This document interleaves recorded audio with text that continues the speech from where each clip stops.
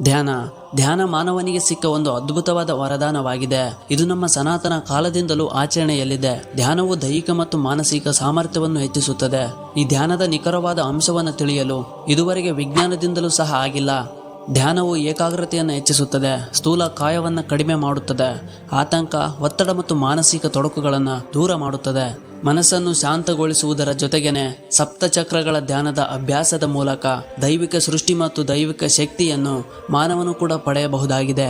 ಅಂದರೆ ಭೂತ, ಭವಿಷ್ಯ, ವರ್ತಮಾನದ ಕಾಲಜ್ಞಾನವನ್ನು ಕೂಡ ಮನುಷ್ಯನು ಪಡೆದುಕೊಳ್ಳಬಹುದಾಗಿದೆ. ಮಾನವನ ಪ್ರತಿಯೊಂದು ಚಲನವಲನಕ್ಕೂ ಮತ್ತು ಅವನು ಆರೋಗ್ಯವಾಗಿರಲು ಹಾಗೂ ಅನಾರೋಗ್ಯಗಳಿಗೆ ತುತ್ತಾಗಲು ಅವನಲ್ಲಿರುವ ಚಕ್ರಗಳ ಅಸಮತೋಲನವೇ ಕಾರಣ. ಒಟ್ಟಾರೆಯಾಗಿ ಮಾನವನ ದೇಹದಲ್ಲಿ 109 ಚಕ್ರಗಳಿವೆ. ಇವುಗಳಲ್ಲಿ 108 ಚಕ್ರಗಳು ಭೌತಿಕ ದೇಹದಲ್ಲಿದ್ದರೆ ಮತ್ತೊಂದು ಚಕ್ರವು ಆಸ್ಟ್ರನಲ್ ದೇಹದಲ್ಲಿದೆ. ಇವುಗಳಲ್ಲಿ 7 ಪ್ರಮುಖವಾದ ಚಕ್ರಗಳಿವೆ. ಇವುಗಳನ್ನು ಶಕ್ತಿ ಕೇಂದ್ರಗಳಂತನೂ ಕರೆಯುತ್ತಾರೆ. ಇದರ ಮುಖಾಂತರ ಪ್ರಮುಖ ಶಕ್ತಿ ಅಥವಾ ಪ್ರಾಣಶಕ್ತಿ ಹರಿಯುತ್ತದೆ. ಒಂದು ವೇಳೆ ಇವುಗಳು ನಿರ್ಬಂಧಿಸಲ್ಪಟ್ಟಾಗ, ಇವುಗಳ ಚಲನವಲನದಲ್ಲಿ ಏರುಪೇರು ಉಂಟಾದಾಗ ಅನಾರೋಗ್ಯ ಅಡಚಣೆಗಳಿಗೆ ಕಾರಣವಾಗುತ್ತದೆ. ಸಾಂಪ್ರದಾಯಿಕ ಭಾರತೀಯ ವೈದ್ಯಶಾಸ್ತ್ರದ ಪ್ರಕಾರ ಚಕ್ರಗಳು ಮನುಷ್ಯನ ಹಗುರವಾದ ಜೋಡಿ ಮೇಲ್ಮೈಯಲ್ಲಿ ಇರುತ್ತದೆ ಎಂದು ನಂಬಲಾಗಿದೆ. ಚಕ್ರಗಳು ಅಥವಾ ಶಕ್ತಿ ಕೇಂದ್ರಗಳು ಶಕ್ತಿಯನ್ನು ದೇಹದ ಒಳಗೆ ವ್ಯಾಪಿಸುವ ಸುರುಳಿಗಳು ಎಂದು ಹೇಳಲಾಗುತ್ತದೆ. ಸೂಕ್ಷ್ಮ ಶರೀರದ ಒಳಗೆ ಸುತ್ತುವ ಈ ಚಕ್ರಗಳನ್ನು ಶಕ್ತಿಯನ್ನು ಸ್ವೀಕರಿಸುವ ಮತ್ತು ರವಾನೆ ಮಾಡಲು ಇರುವ ನಾಭಿ ಕೇಂದ್ರಗಳೆಂದು ಪರಿಗಣಿಸಲಾಗುತ್ತದೆ. ಈ ಚಕ್ರಗಳು ಇರುವ ಅಸ್ತಿತ್ವವನ್ನು ಅನುಭವಕ್ಕೆ ತಂದುಕೊಳ್ಳಬಹುದು, ಆದರೆ ನೋಡಲು ಸಾಧ್ಯವಿಲ್ಲ. ಇದನ್ನು ನೀವು ಇನ್ನೂ ಸುಲಭವಾಗಿ ಅರ್ಥ ಮಾಡಿಕೊಳ್ಬೇಕಾದ್ರೆ, ನೀವು ಯಾವತ್ತಾದರೂ ರುಚಿಯಾದ ಊಟವನ್ನು ಮಾಡಿದಾಗ ನಿಮಗೆ ಗೊತ್ತಿಲ್ಲದೆ ನೀವು ನಿಮ್ಮ ಹೊಟ್ಟೆಯನ್ನು ಸ್ಪರ್ಶ ಮಾಡಲು ಬಯಸುತ್ತೀರಿ. ನೀವು ಕೋಪಗೊಂಡಾಗ ನಿಮ್ಮ ಹುಬ್ಬುಗಳು ಉಬ್ಬುತ್ತವೆ. ಇದನ್ನು ಯಾವತ್ತಾದರೂ ಸೂಕ್ಷ್ಮವಾಗಿ ಗಮನಿಸಿದ್ದೀರಾ? ನಾವು ನಮ್ಮ ಭಾವನೆಗಳನ್ನು ನಮ್ಮ ದೇಹದ ಕೆಲವು ಭಾಗಗಳೊಂದಿಗೆ ನಮಗೆ ಗೊತ್ತಿಲ್ಲದಂತೆ ಸಂಯೋಜಿಸುತ್ತೇವೆ, ಏಕೆಂದರೆ ನಮ್ಮ ದೇಹದಲ್ಲಿ 7 ವಿವಿಧ ಚಕ್ರಗಳಿವೆ. ಚಕ್ರಗಳ ಅಸ್ತಿತ್ವವನ್ನು ನೀವು ತಿಳಿಯಬೇಕಾದ್ರೆ ಇದನ್ನ ಟ್ರೈ ಮಾಡಿ. ನಿಮ್ಮ ಬಾಯಿಯ ಮೇಲ್ಭಾಗವನ್ನು ನಾಲಿಗೆಯ ತುದಿಯಿಂದ ಬ್ರಷ್ ಮಾಡಿ. ನಿಮ್ಮ ಮುಖದಲ್ಲಿ ಜುಮ್ಮೆನಿಸುವಿಕೆಯ ಸಂವೇದನಶೀಲತೆಯನ್ನ ನೀವು ಅನುಭವಿಸುತ್ತೀರಿ. ಈ ಅನುಭವವು ನಿಮ್ಮ ಬಾಯಿಯ ಮೇಲ್ಭಾಗದಲ್ಲಿರುವ ಚಕ್ರವನ್ನ ನೀವು ಪ್ರಚೋದಿಸಿದ್ದರಿಂದ ಆಗಿದ್ದು. ಒಂದು ನಾಣ್ಯದಲ್ಲಿ ಹೇಗೆ 2 ಮುಖಗಳಿರುತ್ತವೋ ಹಾಗೆ ಈ ಚಕ್ರಗಳಿಗೂ ಸಹ 2 ಅಂಶಗಳಿವೆ, ಒಂದು ಧನಾತ್ಮಕ ಮತ್ತು ಋಣಾತ್ಮಕ. ಈ ಎಲ್ಲಾ ಚಕ್ರಗಳು ನಮ್ಮ ದೇಹದ ಒಳಗಡೆ ಇದ್ದು ನಿಷ್ಕ್ರಿಯ ಸ್ಥಿತಿಯಲ್ಲಿವೆ. ಇವುಗಳನ್ನು ನೀವು ಸರಿಯಾದ ಕ್ರಮದೊಂದಿಗೆ ಸಕ್ರಿಯಗೊಳಿಸುತ್ತಾ ಹೋದರೆ ನಿಮ್ಮಲ್ಲಿ ಜ್ಞಾನ ಮತ್ತು ಶಕ್ತಿ ಹೆಚ್ಚಾಗ್ತಾ ಹೋಗುತ್ತೆ.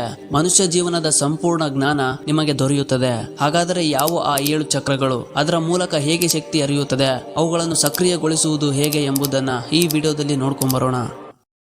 ಮೊದಲನೆಯದಾಗಿ ಮೂಲಾಧಾರ ಚಕ್ರ. ಈ ಚಕ್ರವು ಗುದದ್ವಾರದ ಕೊಕ್ಕೆ ಗ್ರಂಥಿಯ ಮುಂಭಾಗದಲ್ಲಿದ್ದು ಕೆಂಪು ಬಣ್ಣವನ್ನು ಹೊಂದಿದೆ.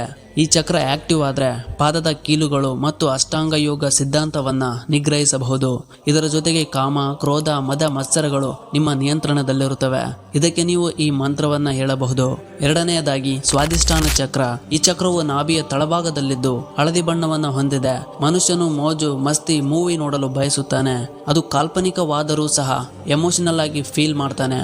ಈ ಚಕ್ರ ಆಕ್ಟಿವ್ ಆದ್ರೆ ನಿಮಗೆ ಭೌತಿಕ ಗುಣಗಳು ಸಿಗುತ್ತವೆ. ನಿಮ್ಮಲ್ಲಿರುವ ಲೇಜಿನೆಸ್, ಕೋಪ ಎಲ್ಲವೂ ಸಹ ಮಾಯವಾಗುತ್ತವೆ. ಇದಕ್ಕೆ ನೀವು ಈ ಮಂತ್ರವನ್ನ ಹೇಳಬಹುದು. ಮೂರನೆಯದಾಗಿ ಮಣಿಪುರ ಚಕ್ರ. ಈ ಚಕ್ರವು ಸ್ವಾದಿಷ್ಟ ಚಕ್ರದ ಮೇಲ್ಭಾಗದ ನಾಭಿಯ ಕೇಂದ್ರ ಬಿಂದುವಿನಲ್ಲಿದ್ದು ಈ ಚಕ್ರವು ಅಗ್ನಿಯ ಬಣ್ಣವನ್ನ ಹೊಂದಿದೆ. ಈ ಚಕ್ರ ಏನಾದರೂ ಆಕ್ಟಿವ್ ಆದ್ರೆ ಹಠಯೋಗಿಗಳು, ದೈವಜ್ಞರು ಮತ್ತು ಕಾಲಜ್ಞಾನಿಗಳ ರೀತಿ ನಿಮಗೂ ಸಹ ಆಗು ಹೋಗುವುದರ ಬಗ್ಗೆ ಕಾಲಜ್ಞಾನ ದೊರೆಯುತ್ತದೆ. ಮುಂದೆ ಏನು ನಡೆಯುತ್ತದೆ ಎಂಬುದನ್ನು ಸಹ ನೀವು ಕಂಡುಕೊಳ್ಳಬಹುದು. ಇದಕ್ಕೆ ನೀವು ಈ ಮಂತ್ರವನ್ನ ಹೇಳಬಹುದು. ನಾಲ್ಕನೇದಾಗಿ ಅನಾಹತ ಚಕ್ರ. ಈ ಚಕ್ರವು ಎದೆಯ ಮಧ್ಯಭಾಗದ ಹೃದಯ ಮೇಲ್ಭಾಗದ ಅಂಚಿನಲ್ಲಿದ್ದು ಹಸಿರು ಬಣ್ಣವನ್ನು ಹೊಂದಿರುತ್ತದೆ. ಈ ಚಕ್ರವು ಹೃದಯ, ಶ್ವಾಸಕೋಶ ಮತ್ತು ನರಗಳ ಭೌತಿಕ ಮತ್ತು ರಾಸಾಯನಿಕ ಕ್ರಿಯೆಗಳನ್ನು ನಿಗ್ರಹಿಸುತ್ತದೆ. ಈ ಚಕ್ರ ಆಕ್ಟಿವ್ ಆದ್ರೆ ನಿಮ್ಮೊಳಗೆ ಆಲೋಚನಾ ಶಕ್ತಿ ಹೆಚ್ಚುತ್ತದೆ. ನೀವು ಬೇರೆ ವ್ಯಕ್ತಿಗಳಿಗಿಂತ ವಿಭಿನ್ನವಾಗಿ ಕಾಣಲು ಶುರು ಮಾಡ್ತೀರಿ. ಇದಕ್ಕೆ ನೀವು ಈ ಮಂತ್ರವನ್ನ ಜಪಿಸಬಹುದು. ಐದನೇದಾಗಿ ವಿಶುದ್ಧಿ ಚಕ್ರ. ಈ ಚಕ್ರವು ಗಂಟಲಿನ ಮಧ್ಯಭಾಗದಲ್ಲಿದ್ದು ನೀಲಿ ಬಣ್ಣವನ್ನು ಹೊಂದಿರುತ್ತದೆ. ಈ ಚಕ್ರವು ಪಂಚೇಂದ್ರಿಯಗಳ ನಭೋಪ್ರಭಾವವನ್ನು ದೇಹಕ್ಕೆ ಪ್ರಸರಿಸುವ ಕೇಂದ್ರ ಬಿಂದುವಾಗಿದೆ. ಪಂಚೇಂದ್ರಿಯಗಳ ಭೌತಿಕ ಕ್ರಿಯೆಗಳಾದ ಗಂಧ, ರೂಪ, ಸ್ಪರ್ಶ ಮತ್ತು ಶಬ್ದಗಳು ಈ ಚಕ್ರದ ಅಧೀನದಲ್ಲಿರುತ್ತವೆ. ಈ ಚಕ್ರ ಆಕ್ಟಿವ್ ಆದ್ರೆ ಈ ಎಲ್ಲ ಅಂಶಗಳು ನಿಮ್ಮ ಹಿಡಿತದಲ್ಲಿರುತ್ತವೆ. ಧ್ಯಾನ ಮಾಡುವಾಗ ಇದರ ಮೇಲೆ ಕೇಂದ್ರೀಕರಿಸಿ. ಇದಕ್ಕೆ ನೀವು ಈ ಮಂತ್ರವನ್ನ ಹೇಳಬಹುದು. ಆರನೇದಾಗಿ ಆಜ್ಞಾ ಚಕ್ರ. ಈ ಚಕ್ರವು 2 ಕಣ್ಣಿನ ಹುಬ್ಬುಗಳ ನಡುವಿನ ಜಾಗದಲ್ಲಿರುತ್ತದೆ. ಈ ಚಕ್ರ ಆಕ್ಟಿವ್ ಆದ್ರೆ ನಿಮ್ಮೊಳಗೆ 3ನೇ ಕಣ್ಣು ತೆರೆದುಕೊಳ್ಳುತ್ತದೆ. ಬ್ರಹ್ಮಾಂಡದ ಭೌತಿಕ ಛಾಯಾರೂಪವನ್ನ ನೀವು ಕುಳಿತಲ್ಲೇ ಈ 3ನೇ ಕಣ್ಣಿನಿಂದ ನೋಡಬಹುದು. ಧ್ಯಾನ, ಕರ್ಮ, ಜ್ಞಾನ ಮತ್ತು ಭಕ್ತಿಯೋಗಗಳಿಂದ ಈ ಚಕ್ರವು ನಿಮಗೆ ದೊರೆಯುತ್ತದೆ. ಇದಕ್ಕೆ ನೀವು ಈ ಮಂತ್ರವನ್ನ ಹೇಳಬಹುದು. ಏಳನೆಯದಾಗಿ ಸಹಸ್ರ ಚಕ್ರ. ಈ ಚಕ್ರವು ಶಿರಸ್ಸಿನ ಮೇಲ್ಭಾಗದ ಹಣ್ಣೆತ್ತೆಯ ಭಾಗದಲ್ಲಿದ್ದು ನೇರಳೆ ಬಣ್ಣವನ್ನು ಹೊಂದಿದೆ. ಈ ಚಕ್ರ ಆಕ್ಟಿವ್ ಆದರೆ ನಿಮಗೆ ನಿಮ್ಮ ಜೀವನದಲ್ಲಿ ಇರುವ ಎಲ್ಲ ಗೊಂದಲಗಳಿಗೆ ಪರಿಹಾರ ಸಿಗುತ್ತದೆ. ಮನುಷ್ಯ ಜೀವನದ ಎಲ್ಲ ಬಂಧನಗಳಿಂದ ನೀವು ಮುಕ್ತರಾಗುತ್ತೀರಿ. ಪ್ರಪಂಚದ ಎಲ್ಲ ಜ್ಞಾನ ನಿಮ್ಮಲ್ಲಿರುತ್ತದೆ. ಪ್ರಕೃತಿಯ ಮಡಿಲಲ್ಲಿರುವ ನಿಗೂಢ ರಹಸ್ಯಗಳ ಬಗ್ಗೆ ನಿಮಗೆ ಮಾಹಿತಿ ಸಿಗುತ್ತದೆ. ನೀವು ಒಬ್ಬ ಮಹಾನ್ ಪುರುಷರಾಗುತ್ತೀರಿ. ಇದರಿಂದ ನೀವು ದೇವರನ್ನು ಸಹ ಕಾಣಬಹುದು. ಸೂರ್ಯೋದಯದ ಸಮಯದಲ್ಲಿ ಯೋಗ, ಧ್ಯಾನ, ಪೂಜೆಗಳನ್ನು ಆಚರಿಸುವುದರಿಂದ ಈ ಚಕ್ರವು ನಿಮಗೆ ದೊರೆಯುತ್ತದೆ.